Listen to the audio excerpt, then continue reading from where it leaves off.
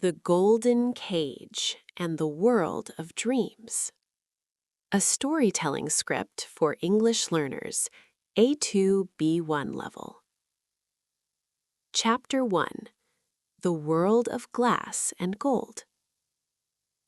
In the heart of Dubai, a city of glass and gold, there was a department store. It was not just a store, it was a palace of shopping. The floors were made of white marble, and the air smelled of expensive oud, French perfumes, and fresh lilies. Thousands of people walked through its halls every day. Tourists from Europe, businessmen from America, and families from all over the world came here to find luxury. Behind one of the counters, in the section for fine leather and silk, stood a young woman named Ananya. Ananya was beautiful. She had dark, expressive eyes and long black hair. She wore a professional smile that she used only for customers. But behind that smile, Ananya was very tired. She had moved to Dubai from a small town in India 3 years ago. She had hoped for a life of adventure and magic. Instead, she found a life of routine. Every day was exactly the same. From 9 in the morning until the bright lights of the mall turned off at night, she sold gloves. She saw thousands of hands, rich hands, old hands, hands with diamond rings, but she rarely saw a person. 20 dirhams change, sir, she would say. Yes, these are made of the finest Italian silk, madam, she would repeat. When the sun went down, Ananya would take the crowded bus back to Dera. She lived in a small, noisy apartment with her friend Fatima. Every night they would drink tea and look at the distant Burj Khalifa through their small window. It looked like a giant needle made of stars, standing high above the dust of the city. Chapter 2. The Boring Suitor. Ananya, Fatima said one evening, "You are too picky. Why don't you go out with Samir? He is the assistant manager at the supermarket. He is a stable man. He has a good salary." Ananya sighed. She remembered her date with Samir the previous week. Samir had taken her to a noisy food court in a smaller mall. The lights were too bright, and the floor was sticky. While they ate cheap fried chicken, Samir talked for 2 hours, but he didn't talk about dreams. He talked about the price of tomatoes. He talked about the discount he got on new tires for his car. He told her how much money he saved by using coupons. "Ananya," Samir had said, "if we get married, we can live in a studio apartment near the airport. It is noisy, but the rent is very low." Ananya looked at Fatima. "No, Fatima. Samir is a Lickpenny Lover. Do you know what that is? It is a man who thinks only of pennies and dirhams. He has no imagination. He doesn't want to see the world. He only wants to save money on it. I don't want a life of coupons and cheap chicken. I want to see the world. I am waiting for someone who can take me away from this heat and these glass walls." Ananya had a secret. She spent her lunch breaks in the mall bookstore looking at travel magazines. She dreamed of the green hills of Ireland, the snowy peaks of the Alps, and the ancient temples of Kyoto. In her mind, she was a world traveler. In reality, she was a girl behind a counter, counting change. Chapter 3. The Man with the Quiet Voice. One Tuesday afternoon, the mall was unusually quiet. The air conditioning was humming softly. A man walked into the department store. He did not look like a typical tourist. He didn't have a camera around his neck or a shopping bag in his hand. He wore a simple but very expensive linen suit. He moved slowly, as if he had all the time in the world. His name was Zaid. Zaid walked to Ananya's counter. He didn't look at the gloves immediately. He looked at her. His eyes were deep and calm, like the Arabian Sea at midnight. "I am looking for a gift," he said. His voice was soft and musical. It was a voice that belonged to a man who never had to shout to be heard. "I need something for a lady who finds beauty in the smallest details. Do you have something that feels like a summer breeze?" Ananya felt a strange spark of interest. This was not how men usually talked. She showed him the gloves. She explained the difference between lambskin and silk. They talked for 30 minutes. They didn't talk about prices or discounts. Zaid talked about the color of the sky in the desert when the moon rises. He talked about the sound of the wind in the mountains of Oman. "You have the eyes of a person who dreams of far-off places," Zaid said quietly, looking at her. Ananya blushed. "I only sell gloves, sir. I don't go anywhere." "Perhaps," Zaid smiled, "but the soul is not defined by what the hands do during the day. The soul is defined by where it goes when you close your eyes." Chapter 4. The Walks by the Creek. Zaid came back the next day, and the day after. He began to wait for Ananya to finish her work at 6 o'clock. They started to walk together through the city, but Zaid did not take her to the noisy, famous malls or the expensive restaurants. He took her to the old parts of Dubai. They went to Al Fahidi, where the buildings were made of gypsum and coral. They walked near the creek, where the wooden boats, the dhows, rocked gently on the dark water. The air there smelled of cinnamon, cloves, and old wood. "Look at those boats, Ananya," Zaid said one evening. "For hundreds of years, men have used these boats to cross the ocean. They didn't have GPS. They only had the stars. They were brave because they wanted to see what was on the other side." They sat on a wooden bench, watching the small operas, water taxis, carry people across the water for 1 dirham. "My grandfather was a pearl diver," Zaid told her.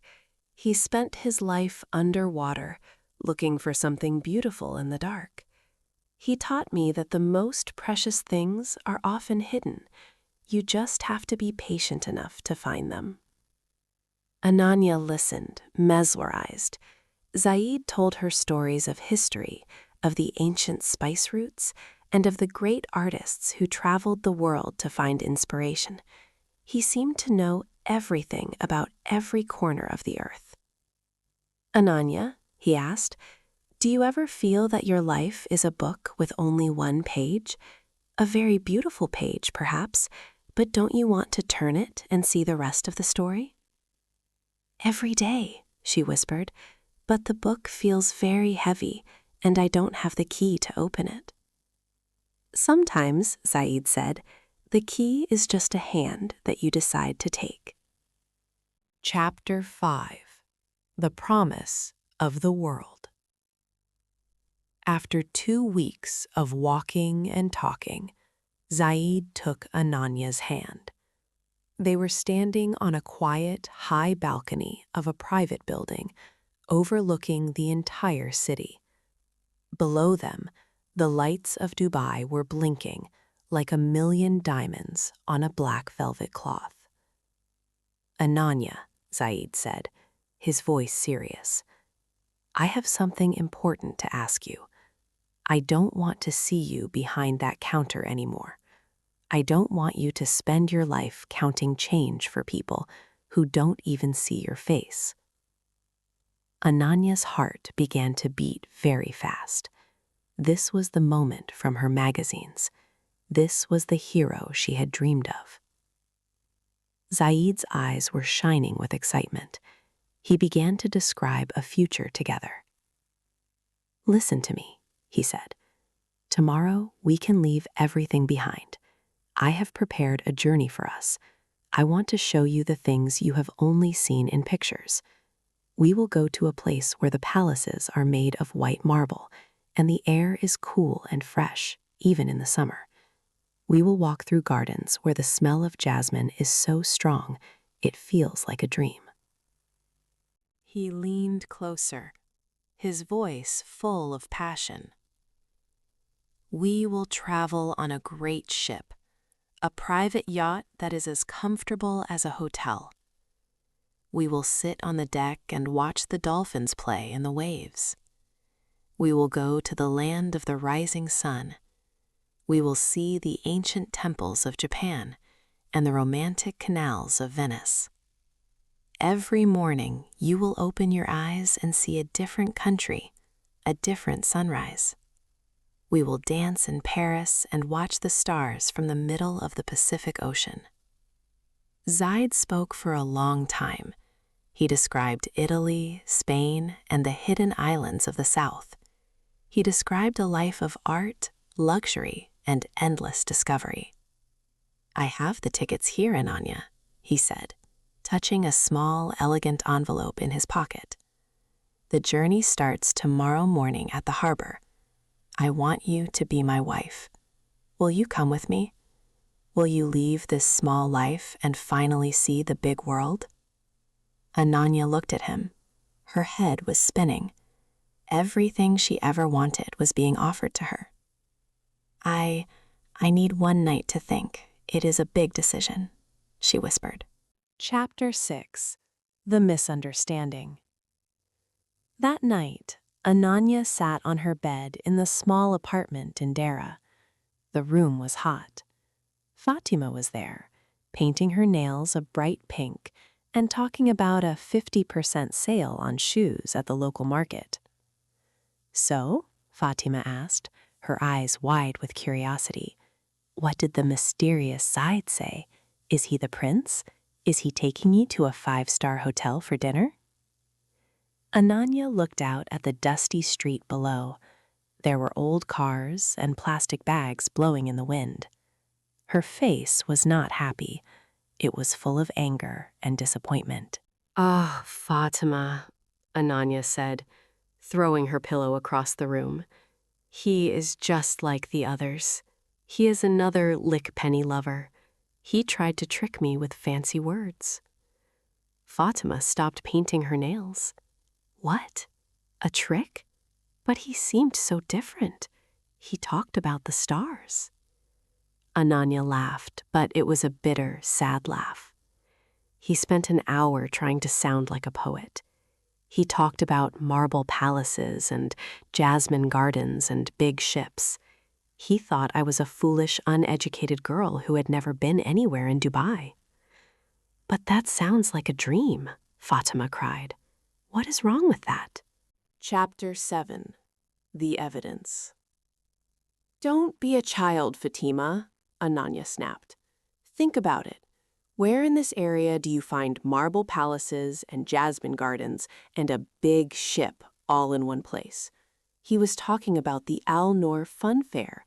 You know, that old, cheap Luna Park near the beach that is only open in the winter? Fatima blinked. "The Al Noor Fun Fair? But that is for children." "Exactly," Ananya shouted. "He talked about white marble palaces. He meant that plastic Palace of India attraction they have near the entrance. It's made of painted wood and foam. And the jasmine gardens? Those are the dusty bushes near the food court where they spray cheap floral air freshener." She began to pace around the room. "And the great ship? He was probably talking about the Dow cruise that costs 10 dirhams. You sit on a dirty boat, and they give you a cup of cold tea. He thought he could buy me a 50 dirham ticket to a dirty fun fair and call it a world tour. He thought I wouldn't know the difference." "But what about Japan and Paris?" Fatima asked quietly. "Oh, please," Ananya rolled her eyes. He was talking about the food court. There is a Tokyo sushi stand and a Paris bakery right next to the Ferris wheel. He thought he was being clever. He thought he could save money on a honeymoon by taking me to a place for kids and using big words to describe it. He's just like Samir, but he's a better liar. Ananya shook her head and began to wash the makeup off her face. I told him I would think about it, but the answer is no. I am not going to the El Noor Fun Fair. I am waiting for a man who will really show me the world. I am waiting for a real adventure, not a weekend trip to a plastic palace. Chapter 8. Conclusion. The next morning, Zaid stood at the port of Dubai. He looked at his watch. In his hand, he held 2 first-class tickets for the Queen of the Seas, a luxury liner starting its voyage around the world. He had a diamond ring in his pocket that cost more than Ananya's department store earned in a month. He waited until the sun was high and the heat began to shimmer on the water. He waited until the ship's giant whistle blew for the 3rd and final time. Ananya did not come. At that same moment, Ananya was standing behind her counter in the mall. She was wearing her blue uniform. Her back was straight, and her feet were aching. "Yes, madam," she said to a wealthy customer who didn't even look at her. "The silk gloves are on the 2nd shelf. They are very elegant. They come from Italy." Ananya looked at the glass doors of the mall, waiting for the next customer. She was still waiting for her hero. She was still waiting for the man who would take her away from her boring life and show her the marble palaces of her dreams. She did not know that the entire world had been in her hands for one evening, and she had thrown it away. She had thrown it away because she could not imagine anything bigger, deeper, or more real than the small plastic world she lived in. Words of wisdom. Our past experiences can become the walls of our prison. If we always expect people to be small, we will never recognize someone who is big.